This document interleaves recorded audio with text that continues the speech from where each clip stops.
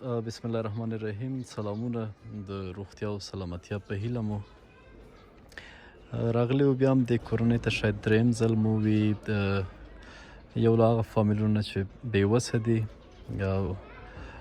یو مسله دا وه چې یعنې دوی دغه ویډیو ته غاړه نه کېښودله چې یعنې یا یې عکس واخیستل شي یا بل بیا موږ ویلې که د خنډ د ویډیو وي چې د دوی دغه مشکل لوی دی او که موږ اوس شرط د ویډیو اوږدو دا بیا پاتې کېږي نو دا به ښه نه وي. بیا بهتر هم دا وګڼله چې ورسره مو ومنله چې زه خیر د دوی کوم کس د ویډیو مخې ته نه راځي هغه مشکلات به یې موږ ووایو او تر څو دغه یو څه مرسته چې ورسره کېږي د هغې نه بې برخې نه شي. دغه پښې لاس همسایګانې ما ملګري دي دوی ما د دې په اړه ویلي وو، اوس هم راسره دی. وروره ته یې مشکلات ووایه. بسم الله الرحمن الرحیم. دغه ډېر زیات مشکلات لري. په هغه وخت کې فکر کوم ما تاسو یادونه هم کړې وه. د یو پاکستانی رشقه لرودله چې په هغې پاکستانی رشقې باندې د خپلې هلې ځلې او هغه څه روزانه ضرورت و هغه یې پوره کوو. متاسفانه چې هغه رشقې هم بندې شولې. دا اوس دومره توان او طاقت نه لري چې هندي رشقه یا بل کوم کار روزګار ځان ته برابر کړي.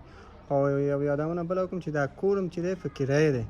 کله ورته دیړی پیدا شي کله ورته دیړی پیدا نه شي. دغه مخامخ دغه کور کې کار کېږي. کله دیړی ته ونیسي کله یې ونیسي. عمر نه لږ سپین ږیری دی، عمر یې پوخ دی، داسې ځوان نه دی چې کار توان ولري. بس غریب کله دیړی ته ونیسي کله یې ونیسي. بس دومره وس او توان نه لري چې خپل ځان ته یو روزګار یو کاروبار برابر کړي. خو د غریبۍ په منتها ختمه ده. یعنې غریبي هم شي، کرایي کور هم شي، خواته یو ډېره جګه بنګله جوړېږي چې د پناهي دپاره هم دوی بېچارهګان یعنې وړکۍ ویلۍ د هغه هم په حساب راتنګه شي. تاسو ښه دی ترپل ورته لګولی هغه کړي هم دي که نه، یعنې په سیف دی.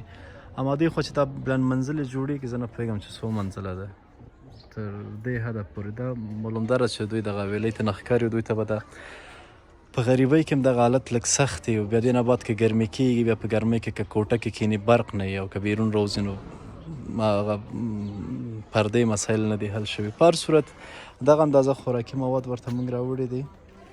دا د نصرالله د کورنۍ له خوا نه دوی ته رالیږل شوي دي. خدای د هغوی ته مجر ورکړي. موږ ورته راونه باستل او دا به دوی ته تسلیم شي. دا چې زه وروره خدای پامان.